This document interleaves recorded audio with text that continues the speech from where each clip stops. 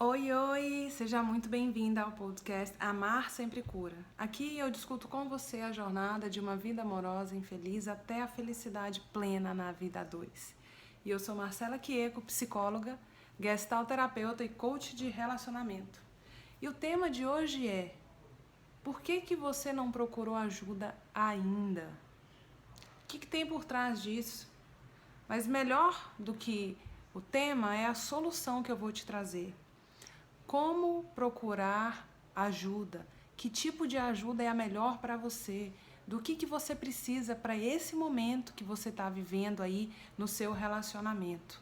Então fica comigo que vai ter muita coisa bacana, muito conteúdo aqui rico e que eu tenho certeza que muitas mulheres, muitos de vocês aí que estão me ouvindo, vão se identificar e vai acender uma luz aí dentro para te ajudar nesse momento que você está vivendo. E vamos começar do começo, certo? Eu sempre gosto de começar pelo começo. O que é buscar ajuda? Muitas pessoas às vezes têm um conceito de buscar ajuda como sair chorando atrás de alguém e pedir pelo amor de Deus, me ajuda. Outras pessoas enxergam a ajuda como fraqueza, como vulnerabilidade. É sinal de que eu não dei conta, né?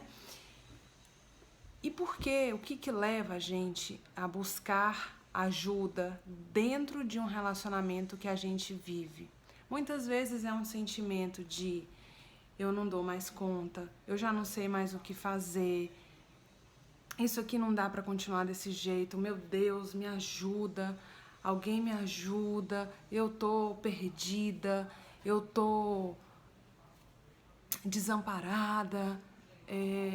Então são sentimentos. Quanto mais dolorida for a realidade que você vive, a situação que você tá, mais propenso a buscar ajuda você vai estar. Imagina uma linha, tá? Uma linha do tempo.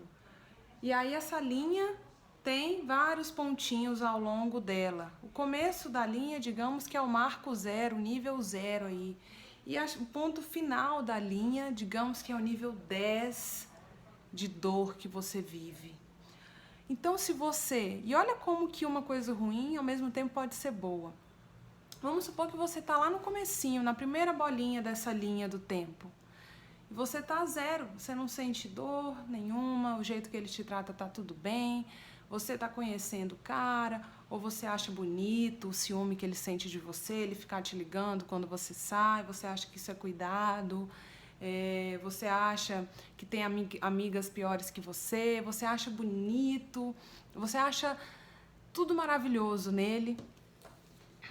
E eu não tô exagerando não, porque às vezes começo de relacionamento é muito isso. Então a gente olha muito e se apega nas coisas boas e fecha os olhos para as coisas ruins. Mas ao longo do tempo, e aí você vai vendo essa linha, imaginando aí essa linha do tempo, que o tempo, é muito tempo que eu tô falando, né? Mas imagina que o tempo vai passando, a relação, a convivência vai ficando mais frequente e algumas coisas vão ficando mais perceptíveis. O que no início, antes, por exemplo, poderia ser para você um gesto de que ele gosta de você, de que ele está preocupado.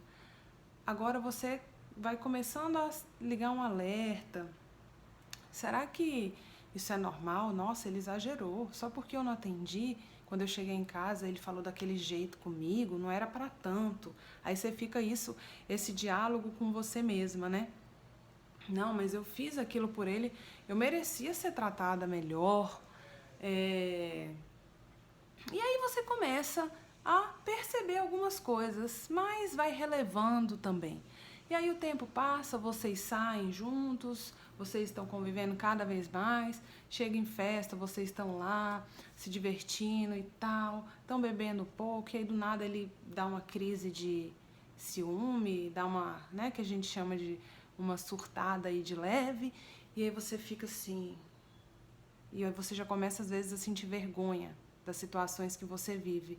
Sabe aquela vergonha alheia que você sente pelo que os outros estão vendo, que você está passando? Mas às vezes a vergonha de você mesma, dele, pelo show que o seu parceiro está dando. Então vai cada vez mais ficando pior e mais difícil para você lidar com as situações. que no início eram tão sutis e tudo era mais maravilhoso, com o tempo você vai vendo, vai descortinando a realidade.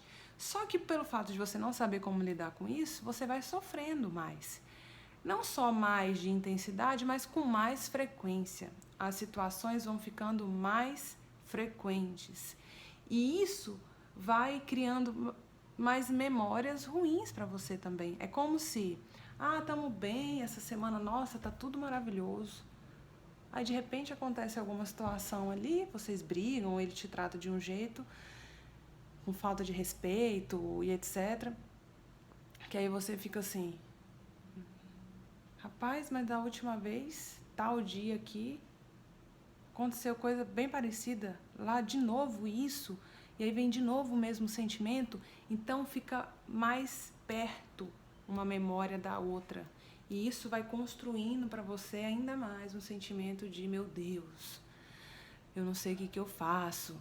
Meu Deus, a gente precisa fazer terapia, ele precisa mudar, ele precisa se tratar.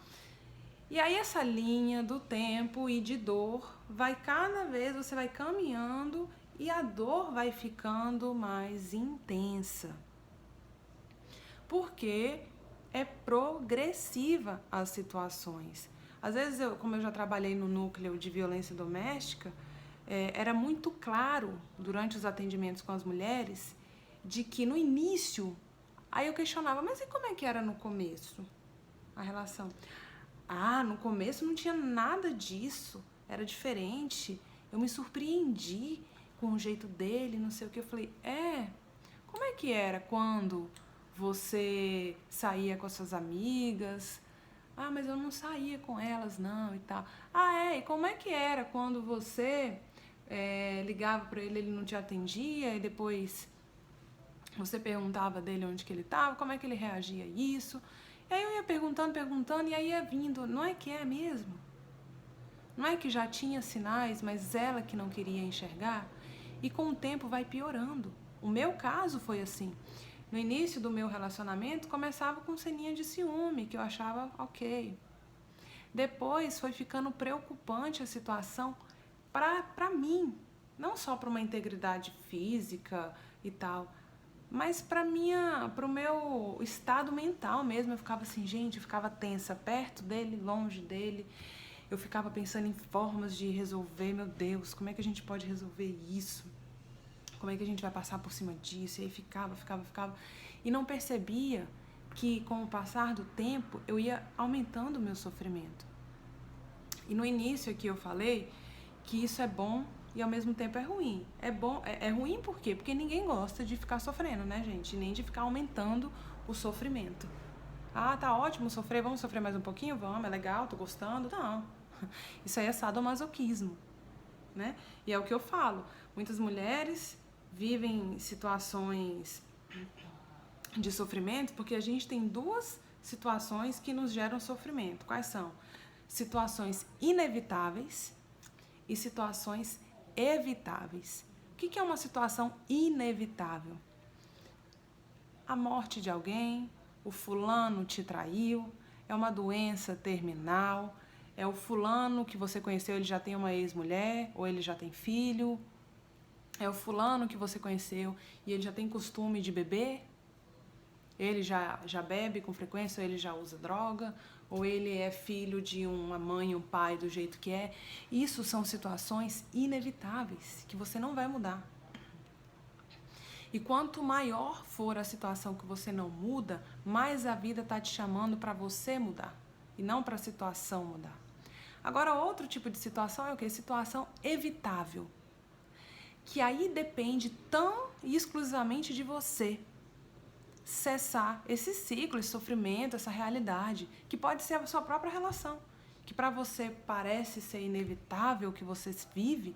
Às vezes você tem filho e você fica assim, meu Deus, mas não tem saída isso aqui, né? É melhor é pior sem ele do que com ele, ou a gente está junto, meu filho vai sofrer mais se tal coisa acontecer do que como a gente tá. Você começa a inventar um monte de justificativa para parecer que é inevitável. Não, é assim mesmo, tem que ser assim, eu tenho que aceitar. Mas na verdade, uma mulher que sofre com frequência, que se coloca em situações de sofrimento com frequência, gente, isso é masoquismo. É uma mulher que se maltrata.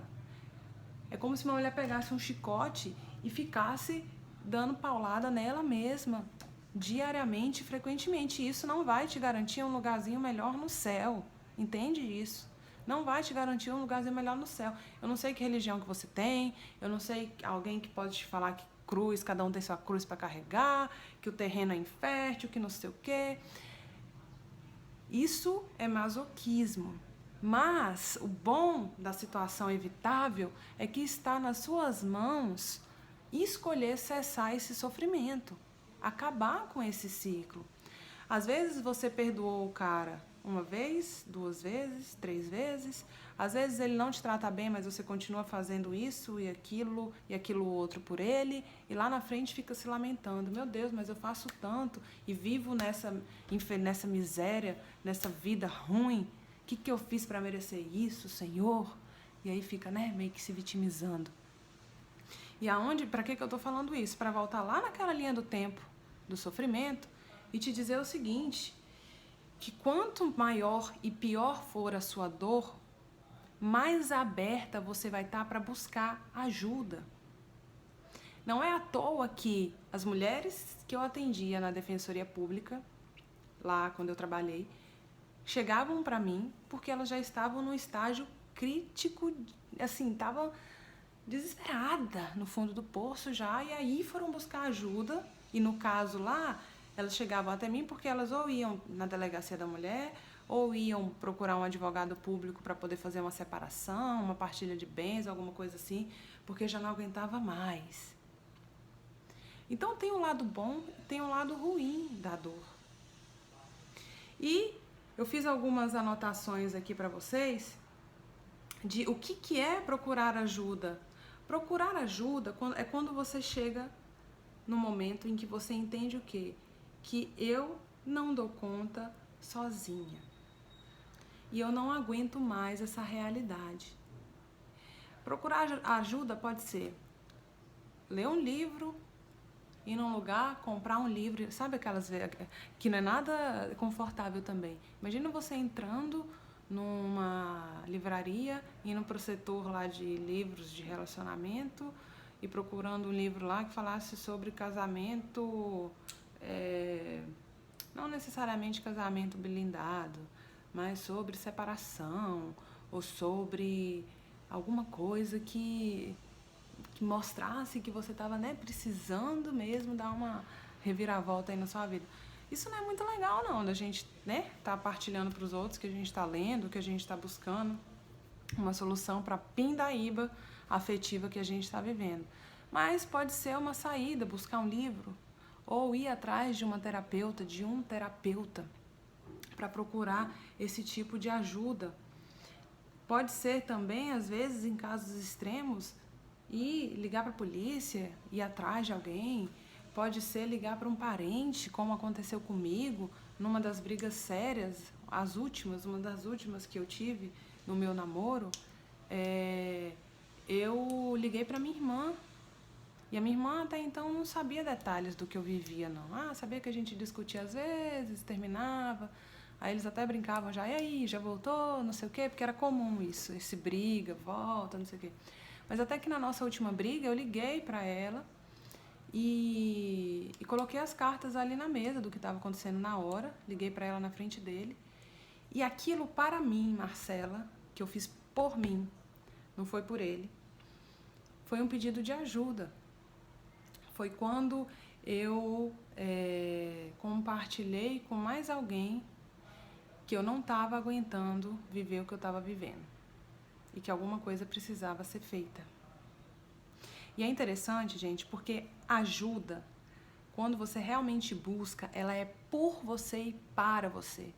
Ela não é para o outro mudar, não é vamos fazer terapia de casal, quero que você leia o livro tal também, vamos fazer um curso para casais.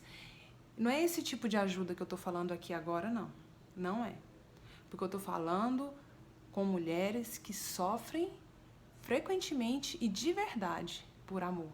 mulheres que se sentem desrespeitadas, que muitas vezes se sentem humilhadas, mulheres que fazem tudo pelo outro e ainda assim não recebem nem metade em troca. E isso não é responsabilidade do parceiro. Isso é responsabilidade sua. Então, quando eu falo ajuda, é para e por você. Então, se é para buscar um terapeuta, esse terapeuta é para você. Se é um livro, é você que vai ler esse livro. E não é dizer para ele, num momento tal, que, eu vou fazer, por exemplo, vocês estão lá numa discussão, você está super triste e tal, aí você vira para ele e fala, mas eu vou me tratar mesmo, porque eu tenho que me tratar, eu vou procurar uma terapeuta, ou então vocês estão no meio de uma briga séria, e aí você fala para ele que você vai chamar a polícia, ou que você vai ligar para não sei quem. Isso não é buscar ajuda. Isso é ficar fazendo joguinho de ameaça, tá? Então, isso não é buscar ajuda. E é interessante porque quando as mulheres chegavam para mim na Defensoria Pública, eu ainda tinha que perceber isso. Quais que estavam vindo só para mostrar para ele que estavam indo atrás de alguma coisa para dar um gelo nele, ou quais que estavam realmente vindo por não aguentarem mais e não quererem mais viver aquela situação que elas estavam vivendo. Porque muitas mulheres perdidas, e eu não vou julgar, dizer que fazem por mal, de que fazem por joguinho ou para manipular, mas é perdidas mesmo, porque não sabem mais o que fazer, acabam usando dessa estratégia de ameaçar, nem sabem que o que elas estão fazendo é ameaça, mas usam dessa estratégia de ameaçar com o objetivo de que alguma coisa mude, até legal a intenção. Mas isso é joguinho, isso é ameaça. Isso não é buscar verdadeiramente uma ajuda, tá? E uma ajuda também pode ser o quê? Um grupo de apoio que você pode buscar, pode ser uma roda de conversa para mulheres. Se você frequenta alguma igreja, alguma coisa, pode ser um grupo de mulheres que você vai procurar, pode ser grupos anônimos que tem mulheres que sofrem por amor, que tem esses grupos. Pode ser uma ajuda na internet de alguém que você acompanha e vai procurar essa ajuda. Então, entenda o que não é e o que é buscar ajuda, certo? Vamos lá. E uma coisa interessante, que quando você percebe que é momento de buscar... Deixa eu só tomar um gole d'água.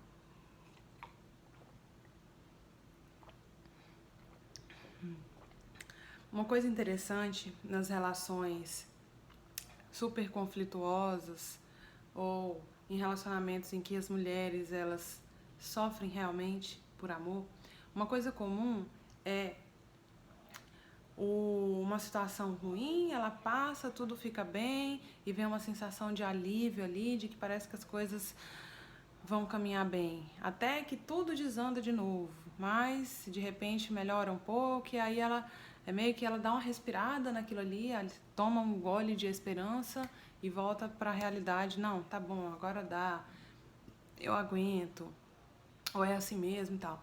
E quando você chega no nível de dor máximo, que você procura ajuda, é porque esses alívios temporários, esses momentos que até então compensavam você manter a vida daquele jeito, já não vale mais a pena. Não vale mais a pena. Então, alívio temporário já não te satisfaz mais. Bom relacionamento sexual, vocês se dão bem na cama, que é muito comum em relacionamento ruim o sexo ser bom.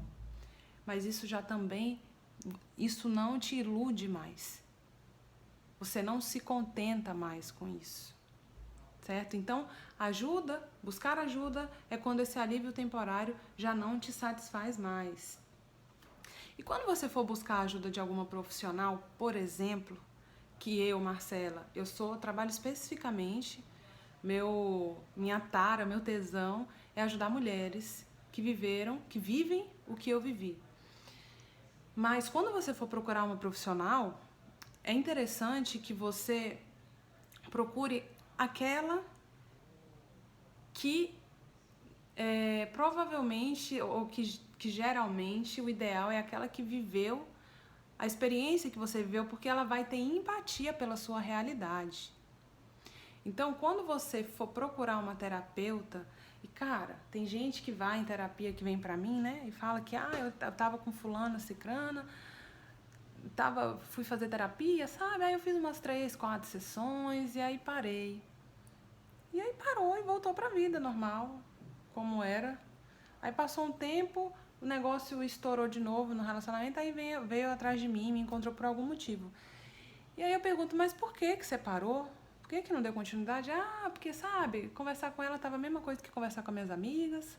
E aí eu não tava valendo a pena, eu parei. Mas olha só, na verdade, você aí que um dia já fez isso, essa pessoa que eu estou citando aqui, ela desistiu do próprio tratamento. E um tratamento, gente, ele não se resume a uma profissional. Por isso que você tem que tentar até encontrar a profissional certa. O que você não pode é desistir de se tratar, de se cuidar, de se transformar. Fui em uma, não gostei. Vai em outra. Não gostei. Vai em outra. Até que você encontre. É raro a gente encontrar alguém que a gente de cara se dê bem e tudo. É igual conhecer um cara. Qualquer um que você conhece, você já tem um papo bom, legal, rolou química e tal. Não é.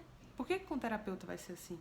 Então, óbvio que aqueles recomendados são os melhores. Hoje, com a internet, por exemplo, você consegue ver muita coisa de um profissional na internet, já o jeito dele ser, o que ele fala, no que ele acredita, com o que ele trabalha. Isso fica mais fácil para você lidar e escolher um profissional que esteja mais de acordo com o seu perfil.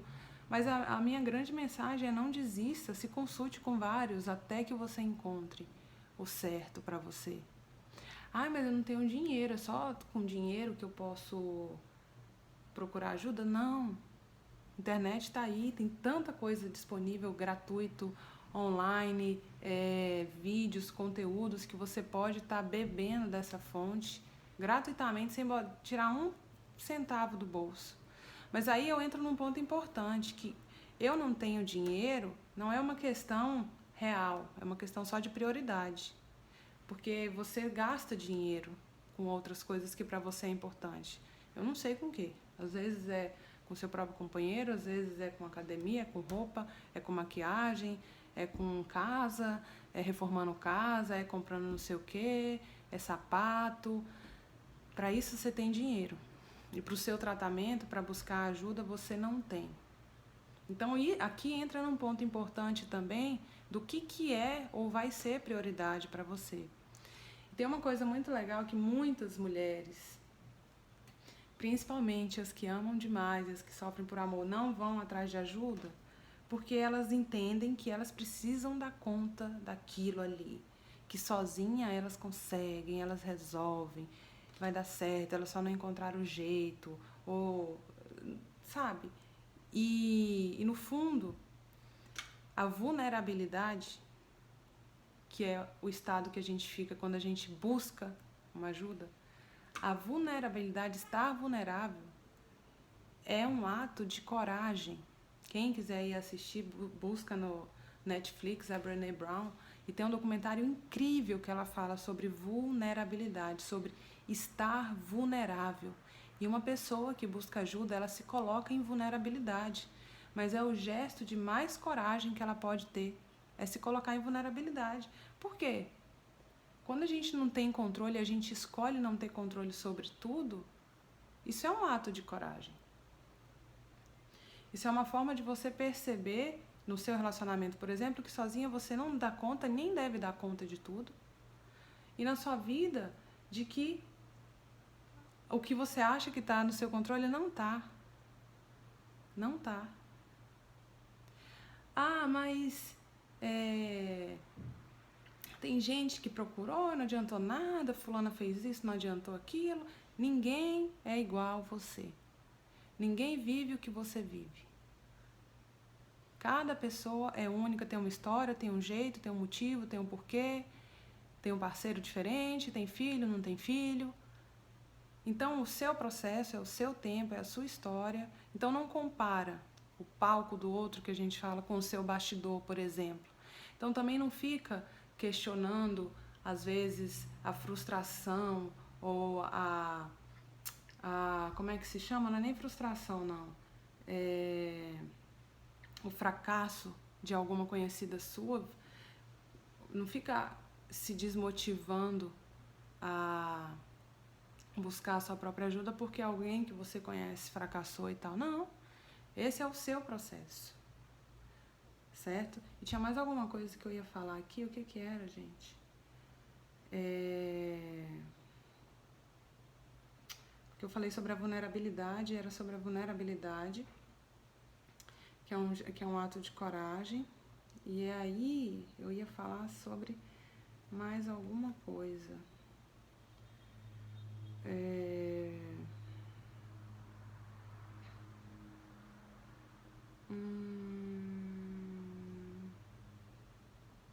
Bom,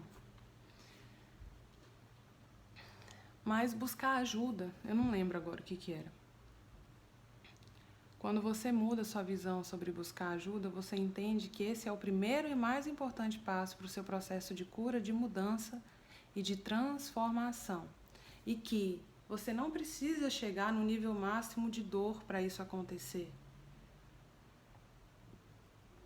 É igual a gente só vai no médico quando tem problema de saúde, né? Ninguém previne, ninguém, não é ninguém, né? A maioria não busca prevenir, vai lá para remediar. Paciência, aquela frase, se não vai por bem, vai por mal. Então eu não sei qual é o nível de dor que você tá aí, de 0 a 10. E é até importante você se questionar. Quão satisfeita eu tô com o meu relacionamento hoje, de 0 a 10, né? Se eu tô pouquíssimo satisfeita, isso provavelmente é sinal de que você tá sofrendo mais do que alguém que tá mais satisfeita, realizada e etc. Então, o meu objetivo aqui hoje com você é mudar a sua visão sobre buscar ajuda e te dizer que esse vai ser o maior e mais importante passo que você pode dar por você. Ninguém vai fazer isso. Não espere seu parceiro, não espere orientação e conselho de alguém para você ir buscar ajuda. Confia na sua dor, confia no seu processo, né? E é o que eu falo. 4 pessoas que eu não pediria conselhos se eu tivesse vivendo um problema muito forte e real na minha vida amorosa. Não pediria conselho para pai e mãe, porque eles vão dar um olhar totalmente enviesado a partir do que eles viveram, do que eles acreditam, e aquelas frases que a gente passou a infância inteira ouvindo, vai ser só mais uma oportunidade deles falarem pra gente que é assim mesmo, ou que cada um tem sua cruz, ou podem até te dar um bom conselho, mas aí você vai ver que a realidade que eles vivem é diferente do que eles estão falando, e aí vai ficar contraditório, vai bater uma coisa com a outra, e os nossos pais a gente aprende muito mais pelo exemplo do que pela palavra, né? Então, eu não pediria conselhos para eles por esse motivo, e também porque quem é familiar, quem ama muito a gente, que quem mais ama a gente são os nossos pais, eles tomam as dores pela gente. E isso, a gente não quer alguém que tome as dores pela gente, a gente quer alguém que seja imparcial e que possa dar uma boa direção para a nossa vida. Outra pessoa que eu não pediria seria para padre, pastor. Eu amo de paixão, super respeito todos e procuro várias orientações também. Quando eu estou em alguns momentos delicados, eu procuro orientações espirituais. Mas nesse aspecto de relacionamento, de problema amoroso específico que você pode estar vivendo, eu digo isso não por experiência pessoal, mas profissional. Várias clientes minhas já vieram e falaram comigo: mas é que o meu pastor falou que é assim mesmo, que terra infértil e não sei o quê, que o inimigo que tá com olho grande e tal, que a esperança é a última que morre, ou que o padre falou: minha filha, é assim mesmo, depois que mulher e homem se juntam, viram uma só carne e tal. Eles vão te dar uma orientação totalmente direcionada e limitada para aquilo que eles acreditam a partir de uma visão bíblica. Eu não digo todos, não, mas eu não arriscaria pedir conselhos para eles. Outra pessoa que eu não pediria conselhos, pro meu próprio parceiro. Por quê? Porque, cara, se de alguma forma, implicitamente, ele pode me manipular, me coagir, me diminuir, me desestimular, me desmotivar, sei lá, se eu permito com frequência que ele faça tudo isso comigo, numa situação dessa eu vou estar dando de bandeja uma oportunidade para ele fazer isso e mais um pouco. Então, eu não pediria conselhos para o meu próprio parceiro, porque vai ser o momento dele poder falar o que ele acha de mim, dos meus defeitos e tal, e tal, e tal, e ele vai projetar em mim tudo o que é problema dele, sabe? O que ele acha, do que ele viveu, e isso não me acrescenta agora, isso pelo contrário, pode fazer eu me sentir pior, um lixo e tal. E por último, eu não pediria conselhos de amigas solteironas que nunca tiveram um relacionamento sério ou que, enfim, não tiveram um relacionamento duradouro, vivem embaladas, e eu não tenho nada contra, eu tenho amigas assim. Mas eu evitaria pedir conselhos para elas, por quê? Por elas não terem tido a mesma experiência, isso dificulta ter empatia e compreensão pela situação que eu vivo. Então eu acho que não seria indicado, acho que não seria o melhor. Então, para quem que eu pediria conselho, buscaria ajuda para profissionais, como eu falei aqui, profissionais especialistas, especializados, que possam te ajudar, que seja com uma orientação, com uma indicação de leitura, com uma indicação de algum grupo para você participar, com o que quer que seja. Quando você não sabe para onde ir, qualquer caminho serve, não é isso que eles falam? Mas eu acredito que quando você sabe onde você não quer mais ficar, qualquer caminho serve. Então procure um especialista, procure um profissional. Igual quando eu cortei esse meu cabelo aqui, que meu cabelo era grandão. Eu não aguentava mais, eu não gostava da imagem que eu via no espelho. E o que é a lição grande de vida que eu aprendi com um simples corte de cabelo? Qual que foi? Que a gente não precisa sempre saber o que quer, mas o que a gente não quer. É um bom começo. É um bom começo. E depois que, se você não sabe de tudo, vai atrás de quem sabe. Eu fui atrás de uma visagista, não sabia nem o que era isso, achava que era quem cuidava de coisa de casa, arquitetura, mas era uma pessoa que entende de corte, melhor para o rosto, não sei o quê, para o que você está querendo. Fui atrás de uma profissional. Então, antes eu tinha tanto medo de cortar um pouquinho do cabelo, me arrepender de tomar uma decisão e tal, e tal, e tal. Cansei e falei, agora eu vou. Corte do tamanho que tiver que cortar e tudo. Então, eu fui atrás de uma especialista, cortei, vi a minha nova versão, gostei e quis manter, porque é uma coisa importante no processo de mudança. A manutenção. Quando a gente busca ajuda, não é só ir fazer uma consulta ou duas, nossa, minha vida mudou e tal. Não, nenhum padrão de vida, padrão familiar, com 2 sessões você consegue mudar um padrão familiar, um padrão de ser. Não. Então, cortei meu cabelo, gostei e tudo, voltei, cortei lá em BH, moro em São Paulo, voltei para São Paulo, falei, e agora? Com quem que eu vou cortar o cabelo? Né?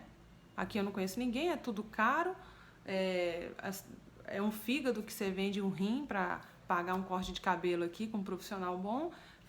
Falei, tinha todos os motivos para deixar crescer, para continuar.